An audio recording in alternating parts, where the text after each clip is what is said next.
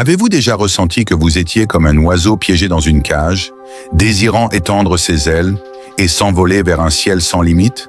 Comme l'a écrit Lewis, nous sommes actuellement comme des œufs, et il n'est pas possible de rester indéfiniment un simple œuf ordinaire. Nous devons éclore ou pourrir. Tout comme le véritable potentiel d'un oiseau se libère lorsqu'il est libéré, votre vie peut se transformer lorsque vous découvrez le pouvoir des bénédictions que vous vous adressez.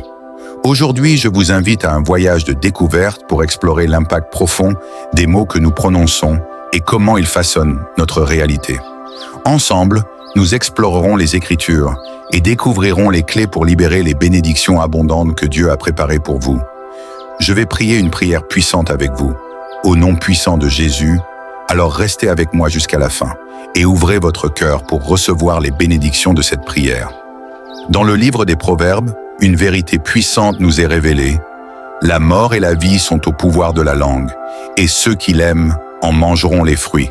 Proverbe 18, 21. Nos mots ont un pouvoir immense, capable de produire soit la vie, soit la mort, des bénédictions ou des malédictions. Lorsque nous alignons nos paroles sur les promesses de Dieu, nous ouvrons les écluses du ciel et invitons ces bénédictions à couler librement dans nos vies.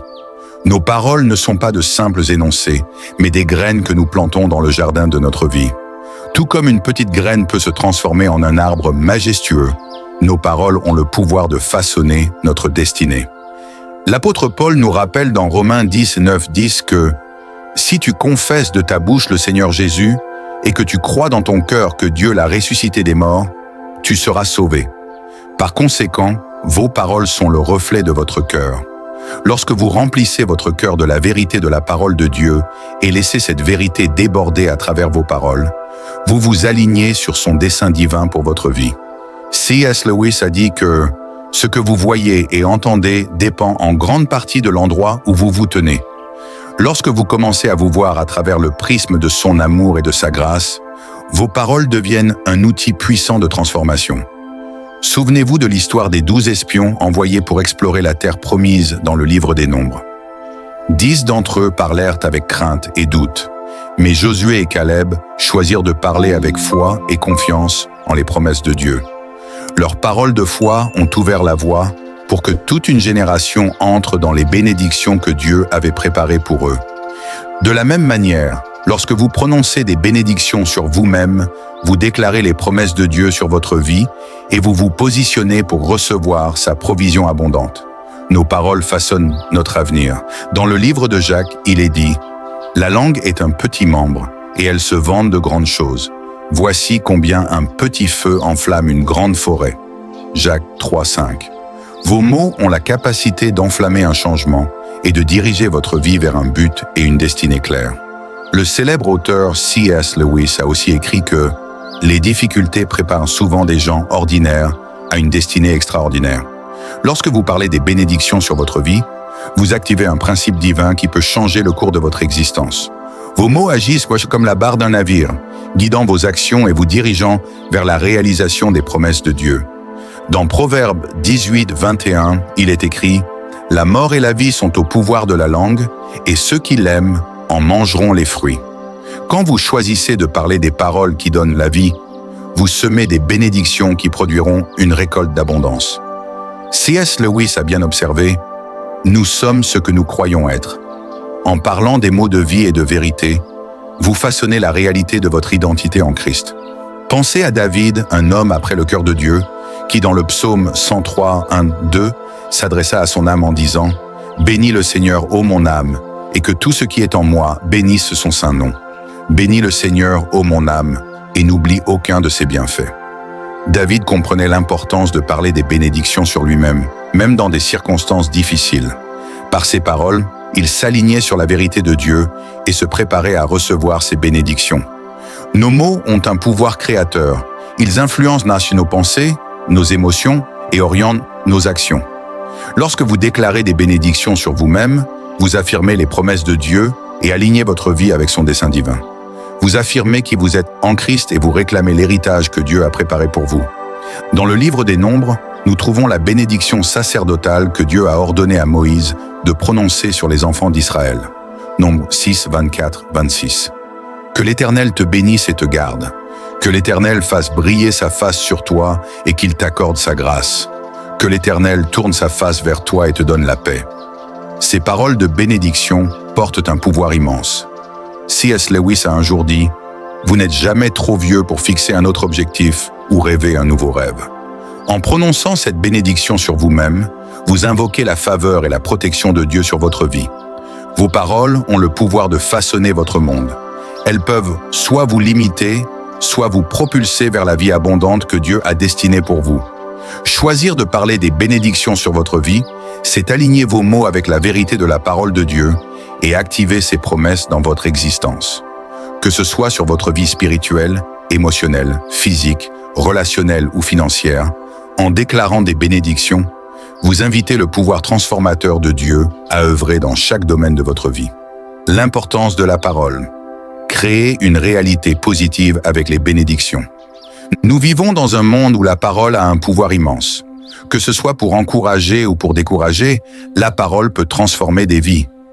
L'Écriture nous enseigne que nos mots ont la capacité de créer, de bâtir, mais aussi de détruire. C'est pourquoi il est si important de garder un cœur pur et de parler des bénédictions sur nos vies et sur celles des autres. Un principe fondamental dans la foi chrétienne est celui de déclarer la vérité de Dieu sur notre existence, non seulement pour se renforcer, mais aussi pour amener des changements spirituels et physiques tangibles dans nos vies. Comme dans le livre des Proverbes, chapitre 18, verset 21, « La mort et la vie sont au pouvoir de la langue, et quiconque l'aime en mangera le fruit. » Ce verset ne fait pas que souligner l'importance des paroles, il nous avertit aussi de leur influence. Lorsque nous choisissons de parler des bénédictions, nous choisissons d'inviter la vie et la lumière dans nos existences. Chaque parole que nous prononçons est comme une graine que nous semons dans notre cœur et dans les cœurs des autres. Cela influence nos pensées, notre esprit et la direction que notre vie prend. Les bénédictions sur nos corps et nos esprits. Nos corps sont des temples du Saint-Esprit et nous devons en prendre soin non seulement physiquement, mais aussi spirituellement et émotionnellement. Le corps humain, créé à l'image de Dieu, doit être traité avec respect.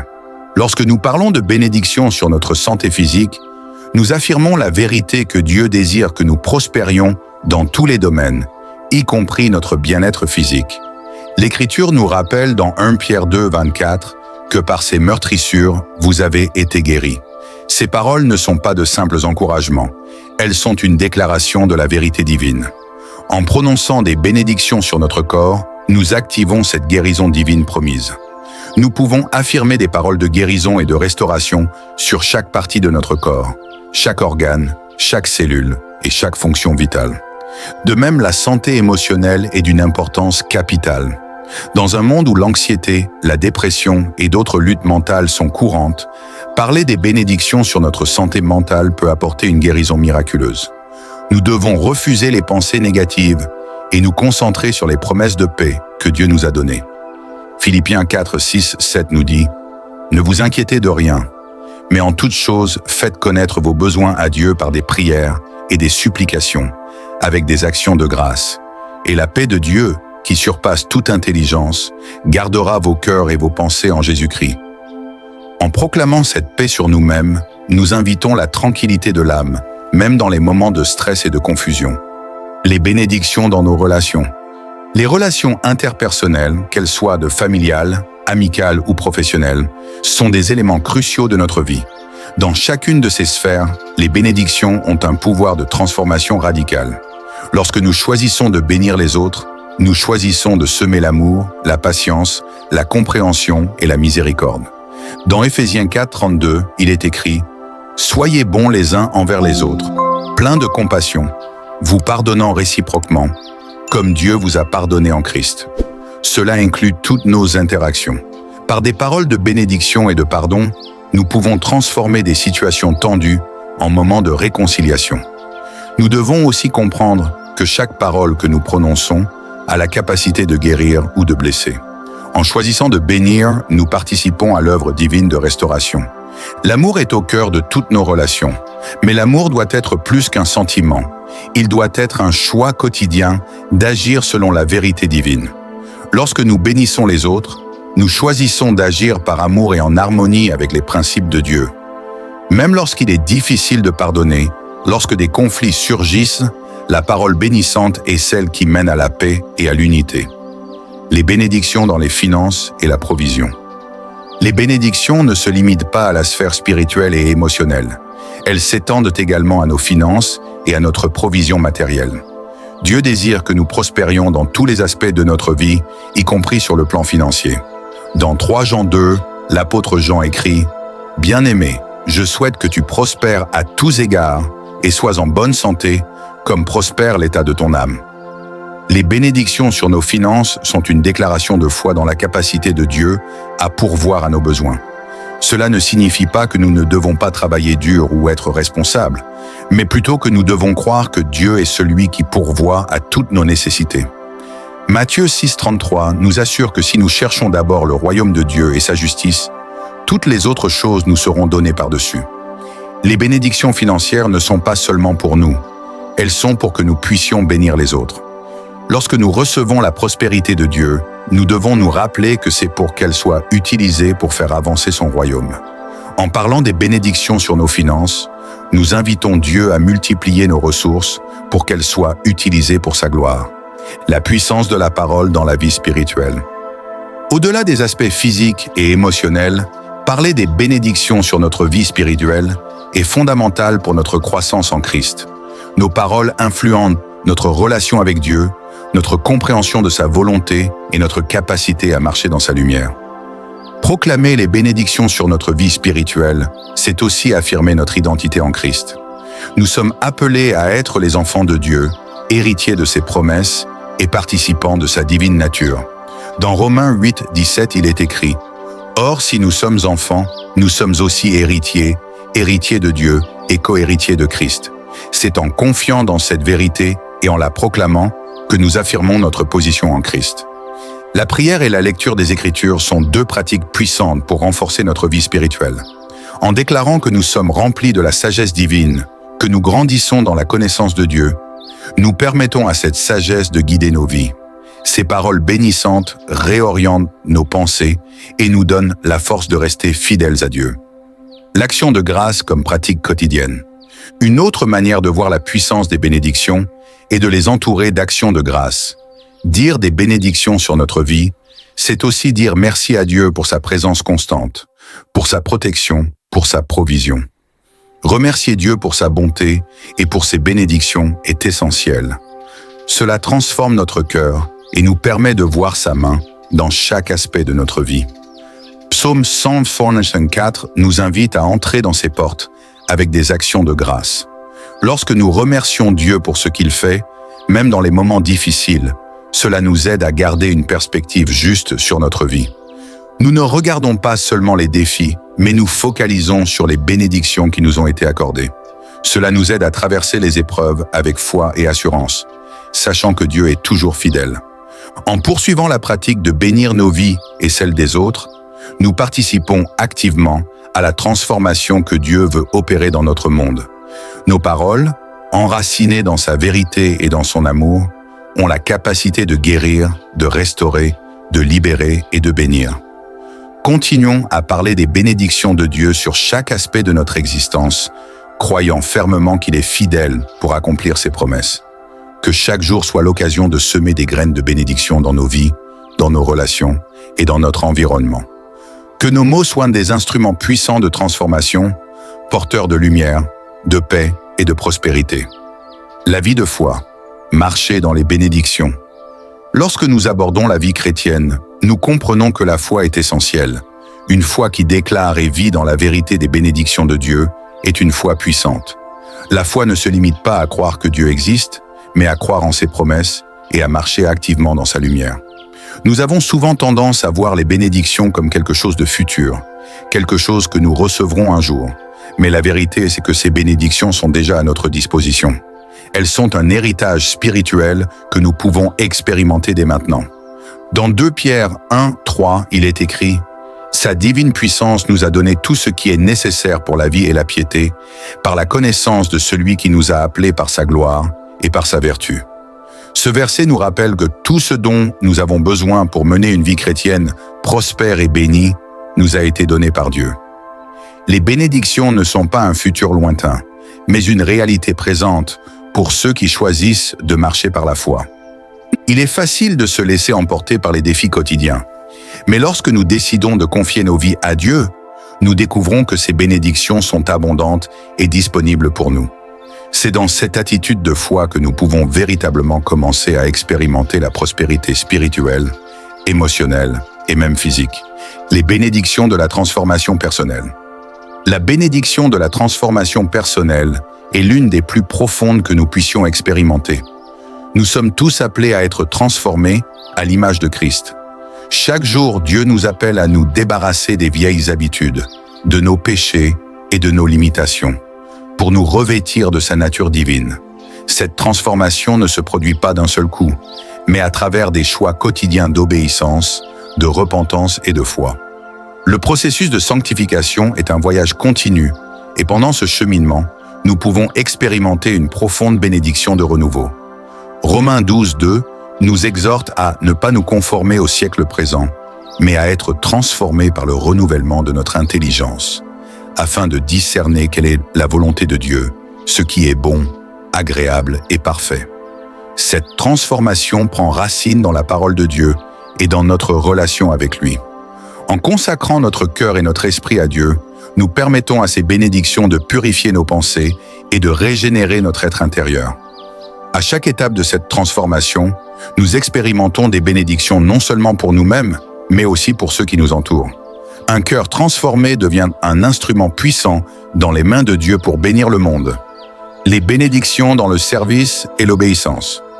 Le service à Dieu et aux autres est l'un des plus grands moyens d'expérimenter les bénédictions divines. Jésus, notre modèle parfait, a montré l'exemple en servant les autres, même jusqu'à la croix. Le service ne se fait pas seulement dans la grandeur des actions visibles, mais aussi dans les petites choses quotidiennes. Le simple acte de servir avec un cœur pur et désintéressé est une bénédiction en soi. En Matthieu 23, 11, 12, Jésus déclare « Le plus grand parmi vous sera votre serviteur. Quiconque s'élèvera sera abaissé, et quiconque s'abaissera sera élevé. » Ce principe divin est à l'opposé des valeurs du monde, où l'on valorise souvent l'ambition, la reconnaissance et le pouvoir. Mais dans le royaume de Dieu, la véritable grandeur réside dans la capacité à servir humblement les autres. Nous pouvons avoir l'opportunité de servir Dieu en pratiquant l'hospitalité, en enseignant la vérité biblique, en aidant les pauvres et en soutenant ceux qui sont dans le besoin. Chaque acte de service, aussi petit soit-il, est une bénédiction qui attire à nous la faveur de Dieu. Servir est aussi une manière d'entrer dans une dynamique de bénédiction mutuelle. Nous bénissons les autres et en retour, nous recevons des bénédictions spirituelles et pratiques. La bénédiction de la joie et de la paix. Une autre bénédiction précieuse que Dieu nous offre est celle de la joie et de la paix. Ces fruits de l'esprit ne sont pas soumis aux circonstances externes, mais sont enracinés dans la confiance en Dieu. La joie chrétienne n'est pas une simple émotion qui fluctue selon les situations de la vie. Elle est profonde, constante et résolue, car elle est ancrée dans la relation intime avec Dieu. Dans Jean 16, 24, Jésus dit « Jusqu'à présent, vous n'avez rien demandé en mon nom. Demandez et vous recevrez, afin que votre joie soit parfaite. » Lorsque nous nous approchons de Dieu avec foi, en priant et en demandant ce dont nous avons besoin, nous expérimentons la joie qui découle de son amour incommensurable pour nous. De même, la paix qui vient de Dieu est une bénédiction incroyable. Jésus nous promet dans Jean 14, 27 « Je vous laisse la paix, je vous donne ma paix, je ne vous donne pas comme le monde donne. Que votre cœur ne se trouble point et ne s'alarme point. » C'est une paix qui surpasse la compréhension humaine. Une paix qui nous soutient même dans les tempêtes les plus violentes de la vie. La bénédiction de la persévérance et de la victoire. Dans la vie chrétienne, il y aura toujours des moments où nous serons confrontés à l'épreuve. Mais il est important de comprendre que les bénédictions ne sont pas seulement présentes dans les moments de confort, elles sont aussi évidentes dans les moments de lutte. Les épreuves sont des opportunités pour expérimenter la fidélité de Dieu et pour croître dans la persévérance. Jacques 1,12 nous enseigne « Heureux l'homme qui supporte l'épreuve, car, après avoir été éprouvé, il recevra la couronne de vie que Dieu a promise à ceux qui l'aiment. » Les difficultés ne sont pas un signe de l'absence de bénédiction, mais un terrain fertile où les bénédictions peuvent se manifester de manière plus profonde. Lorsque nous faisons face aux épreuves avec foi, persévérance et courage, nous découvrons des bénédictions de victoire. Dieu transforme notre faiblesse en force, notre douleur en paix et nos pertes en gains spirituels. Chaque victoire, grande ou petite, est une bénédiction qui témoigne de la puissance de Dieu qui œuvre dans nos vies. Un appel à partager les bénédictions avec les autres. Nous ne sommes pas appelés à garder les bénédictions de Dieu pour nous-mêmes. Au contraire, Dieu nous invite à partager ces bénédictions avec ceux qui en ont besoin. Il est dit dans 2 Corinthiens 9:8, « Et Dieu peut vous combler de toutes sortes de grâces, afin qu'en toutes choses, à tous égards, vous ayez toujours de quoi satisfaire à tous vos besoins, et même à faire de bonnes œuvres. » Partager les bénédictions, c'est un acte d'amour et de générosité qui reflète le cœur de Dieu. Nous pouvons bénir les autres en leur apportant des paroles de réconfort, en les soutenant financièrement, en priant pour eux ou en leur offrant de l'amitié et de l'encouragement. Plus nous donnons, plus nous recevons, car c'est dans le don de soi que nous expérimentons la véritable bénédiction. L'appel à réfléchir et à commenter. Nous vous encourageons à prendre un moment pour réfléchir à ce message et à la manière dont les bénédictions de Dieu sont présentes dans votre vie. Que vous soyez dans un moment de bénédiction ou de difficulté, rappelez-vous que Dieu est fidèle et qu'il travaille dans toutes les situations pour votre bien. Vous êtes un enfant de Dieu, héritier de ses promesses et participant de sa gloire. Si ce message vous a béni, si vous avez ressenti la paix, la joie ou l'encouragement dans vos esprits, nous vous invitons à laisser un mot en commentaire. Partagez comment ce message a touché votre cœur et comment vous voyez les bénédictions de Dieu se manifester dans votre vie. Nous prions pour que chaque lecteur puisse recevoir la plénitude de la bénédiction divine et vivre dans la prospérité spirituelle que Dieu a prévue pour lui. Que la paix et la bénédiction de Dieu soient sur vous tous.